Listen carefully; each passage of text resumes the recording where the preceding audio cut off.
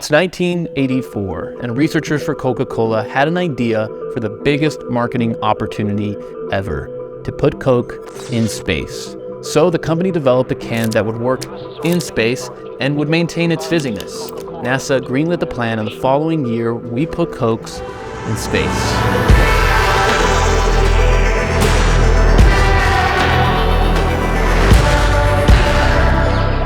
Coca-Cola has long been on a path to go where no other drink has gone before. Coca-Cola is the second most understood word in the entire world, right after okay. It's sold in virtually every country in the world. They claim that their iconic brand is recognized by 90% of the world population. And at the end of the day, brand recognition means profit. When your brand is recognized everywhere, it's not hard to sell your product. It kind of reminds me of a quote by William Carey in 1792, when he said something that explains why the Coca-Cola company sells 10,000 soft drinks every second. Men can insinuate themselves into the favor of the most barbarous clans and uncultivated tribes for the sake of gain. We are willing to do anything and go anywhere if we know we'll gain from it. It's why the Apostle Paul tells Christians that we're to count all things as loss in order to gain Christ. Jesus gave a parable. It says the kingdom of heaven is like a hidden treasure that once we find where it is, it's worth selling everything in order to get that field. For Christians, gaining Jesus is worth more than anything, and yet, at this moment, there are billions of people that have no idea who he is. Many, or most of them, live in countries that probably aren't high on your vacation bucket list. And in any case, there's a lot of people around us who also need Jesus, right? Why would we go to another country to share the gospel when, particularly in the US today, it can feel like there are less and less Christians every day? These are the kind of questions that I think about all the time, and maybe you do too. Questions like, am I doing God's will for my life? Am I really willing to lose everything to follow him? And am I doing enough to reach those billions of people who have yet to hear about Jesus?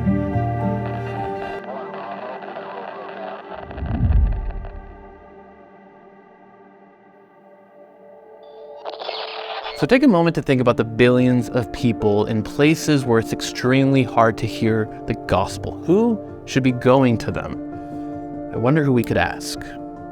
I think about Acts chapter 13. The church at Antioch, the Holy Spirit sets apart Saul and Barnabas, like two people out of Antioch, to go to some new place. He doesn't call everybody in Antioch to go. When Paul writes the book of Romans, he doesn't say, everybody in the church at Rome, it's time to pack your bags. We got to get the gospel to Spain. He says, I'm coming through there on my way to Spain. I need you to help me get the gospel there. And that might mean some people going with them, but that's where to be a follower of Jesus means to say, here's my life. Whatever you want me to do, wherever you want me to go, however you want me to live, to see disciples made in all nations. This is what I live for. And that's not just for a few. That is for us all. So here's where things kind of break down for us a little bit. Speaking generally, in the Western church, we've unintentionally created these unhelpful categories sometimes for making disciples. We think Christians have a calling to make disciples right where they are. And that's true, but that's not completely true. There's a little bit more to it. In the Great Commission, Christians have a calling to make disciples of all nations. Go to all nations. But if I asked you today, who are the people who are making disciples? They're going to other countries. They're taking the gospel where the gospel is not. You wouldn't say Christians necessarily. You'd probably say missionaries. And what inadvertently happens is that now we don't really think that's a us thing. It's not really our responsibility to do something about the need over there in the nations. That falls on these guys, missionaries, or your missions pastor, or that guy in your congregation who really cares about missions. As long as I'm just doing this here in my local area, then I'm good, right? Well, not really. The Great Commission is for everyone. All nations is the goal for all Christians, not just for missionaries. So does this mean you should hop on a plane to India right now? Well, maybe for some of us, but definitely not for all of us. But Perhaps there is more than one way to make nation-going, disciple-making happen. And I think a little history lesson might be helpful for us here. An inquiry into the obligations of Christians to use means for the conversion of the heathens. This is the book that put William Carey on the map. And I know we don't really say heathens anymore, but the idea of leaving your home country and moving to another one to share the gospel was not very common in those days. But Carey was adamant that it is the duty of those who are entrusted with the gospel to endeavor to make it known among all nations. And he wasn't kidding. Within a year of writing it, Carey was on a ship with his family and a friend to India, where he had a lasting positive impact on language, religion, and social reform, whose effects are still seen today. So again, does this mean we should all pack our bags and go to the nations? Well, Carey didn't seem to think so. Before leaving his home, he told a dear friend, "I will go down into the pit if you will hold the rope." That friend was Andrew Fuller, who helped found the Baptist Missionary Society. This organization sent and supported Carey, and Fuller did everything he could, from raising money to preaching sermons all over England, all to advocate for Carey's work overseas. So did Fuller himself go to the nations? No, but he did obey God's commands to make disciples of all nations. And he did so by holding the rope. And so all this leads to the question, are you playing your part in God's great commission to make disciples, not just locally, but of all nations? So the command Jesus has given us is clear. Make disciples of all the nations. Like, that's not a calling for a few, that's the command for us all, which means all of us have a part to play in seeing disciples made in all the nations. That doesn't mean, and as we read the New Testament, it doesn't play out with every single person going to another nation, to another people group for the spread of the gospel. While in India, Carey was translating the Bible into as many languages and dialects as he could. But in 1812, his print shop was tragically lost in a fire, along with most of his library and tools. And there was no iCloud backup at this time. It seemed like everything was lost. But you know what he did? Carey went back to work, and with no help from anyone, was able to restore all his work single-handedly.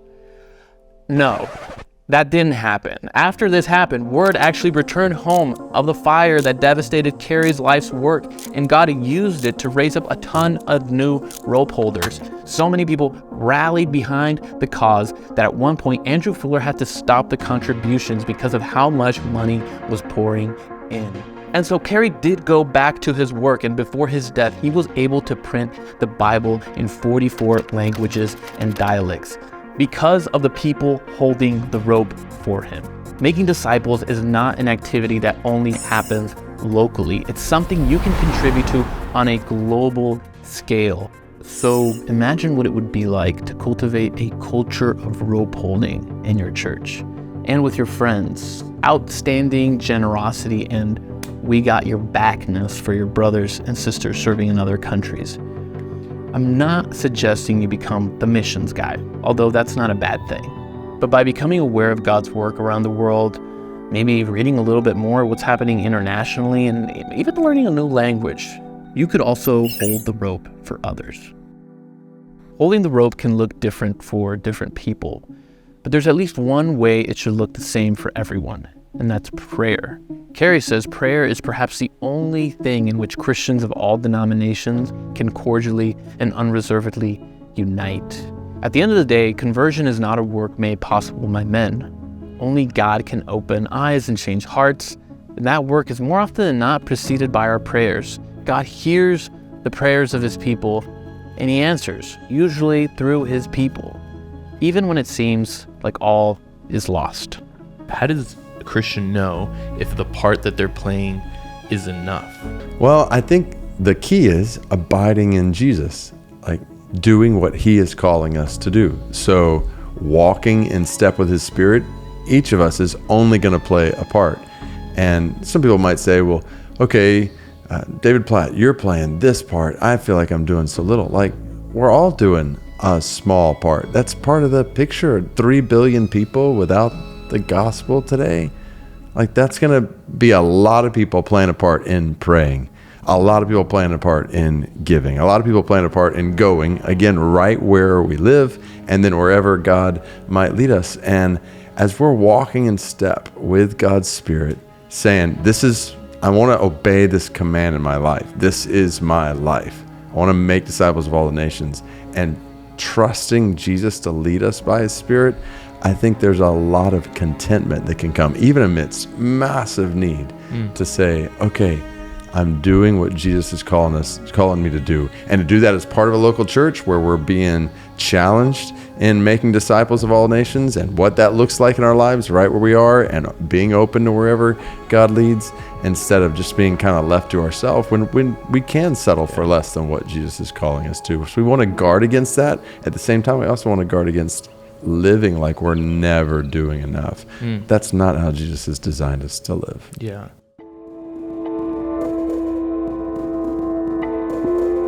Every Christian is a Christian because another Christian did something.